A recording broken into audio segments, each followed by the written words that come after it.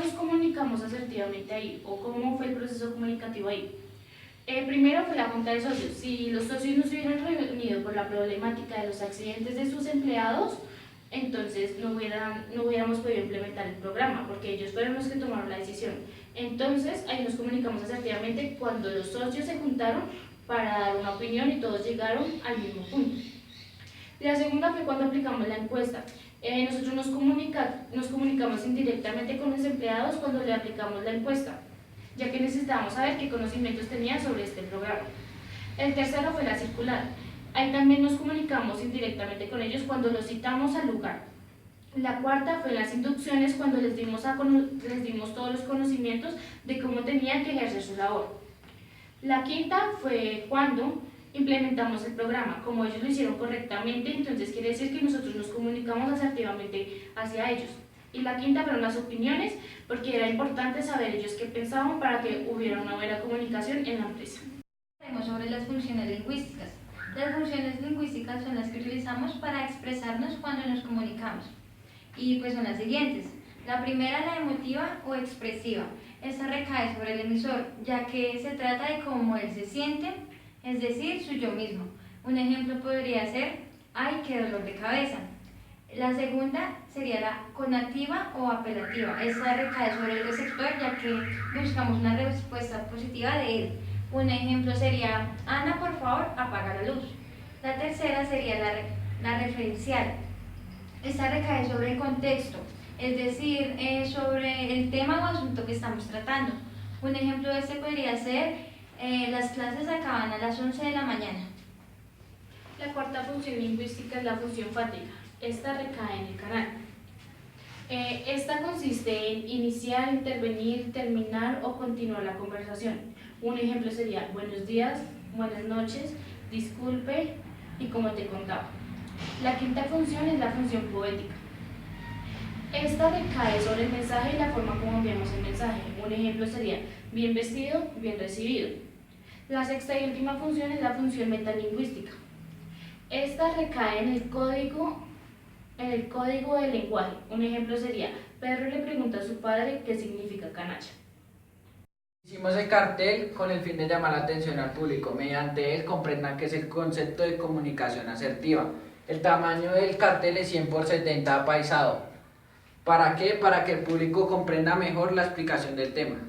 Los colores complementarios, ya que son los más llamativos. El amarillo es armonía. El naranja libera emociones. El azul, tranquilidad. El verde, la naturaleza. El rojo, pasión. A continuación hablaremos sobre las teorías más importantes de la comunicación. Una de estas fue impuesta por Chomsky, que es la gramática general transformal. Esta habla sobre el binomio entre el cerebro y la mente. ¿Qué es la gramática universal? La gramática universal son los principios que tenemos sobre nuestro lenguaje innato.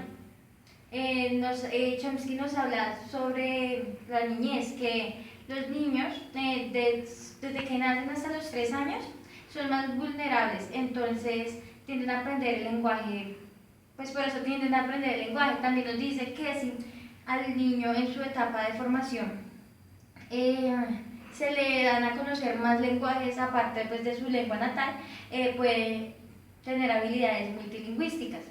También nos habla de la creatividad que los niños tienen para expresarse, ya que un niño de 2 o 1 año no es capaz de decir la palabra como es, o si no tiene bien el concepto de la palabra, entonces es muy creativo al momento de expresarse. La siguiente teoría es la teoría de Michael Holiday. Esta teoría se llama la gramática funcional. Bueno, esta teoría considera el lenguaje como un sistema de opciones disponibles, de los que cada figura o sintagma es un conjunto de opciones resultantes, es decir, es una estructura. Bueno, ¿cuál es el objetivo de esta teoría? Es reconstruir el sistema de opciones disponibles a partir de los enunciados emitidos, o sea, de los hablantes de una lengua, es decir, la estructura.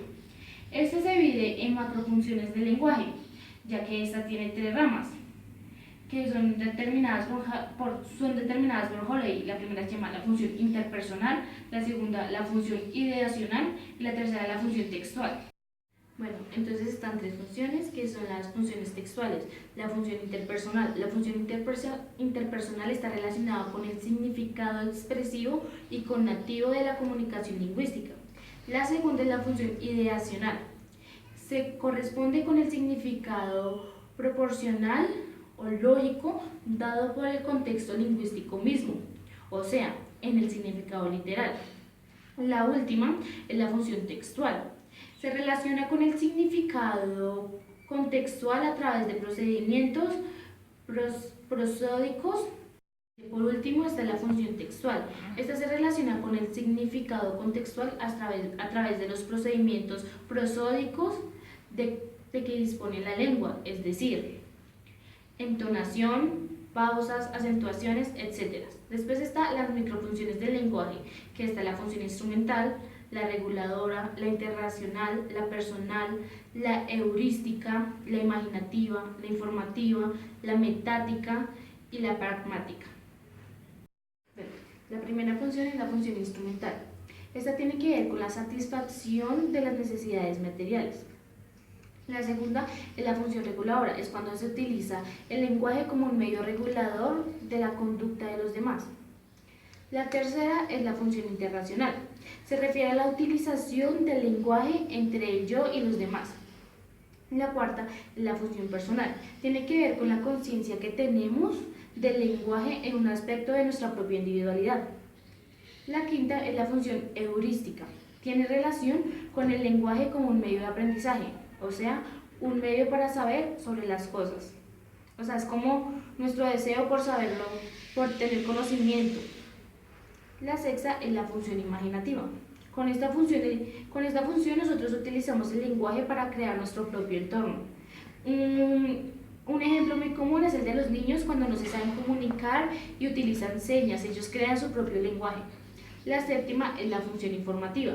Aquí el lenguaje sirve para transmitir nueva información, para comunicar contenidos que a juicio del hablante o el oyente se desconocen. La octava es la función matética. En esta función, el lenguaje está al servicio del aprendizaje y del desarrollo de la ciencia. La novena es la función pragmática, o sea, corresponde al uso del lenguaje como una acción. Otras son las tareas básicas en que participa el lenguaje al servicio del desarrollo de la individualidad y lo social. Y ya, estas son las nueve funciones. La siguiente teoría es la teoría de 5W más 1H. Esta teoría fue por primera vez mencionada en el libro de la selva escrito por Kipling. Más adelante McLuhan la mejoró y la implementó en el periodismo. ¿Qué es la teoría de la 5W más 1H? Son una serie de preguntas. Digamos, estas preguntas son ¿dónde?, ¿cuándo?, ¿cómo?, ¿quién? y ¿por qué? Digamos, tienen el nombre de 5W más 1H porque son 5 expresiones inglesas. Entonces, por eso se llama así. Esta teoría se utiliza a nivel mundial. Es más utilizada en el periodismo, ya que con toda esta información que adquirimos por medio de estas 5 preguntas, las implementamos y creamos una noticia bien redactada y sin que se escape nada. A continuación, mi compañero les va a dar un pequeño ejemplo para que tengan una mejor perspectiva de esta teoría. Les voy a dar un ejemplo de una noticia. Cae avioneta 727 sobre el parque Fontibón en las horas de la tarde. Son 5 personas, 2 resultan muertas incineradas, entre ellas el piloto y el copiloto, y las otras 3 personas, entre ellos un niño de 5 años. Caen en picada sobre la alcaldía de Fontibón. Estas es un ejemplo claro de la noticia, ya que estas no tienen un orden en específico.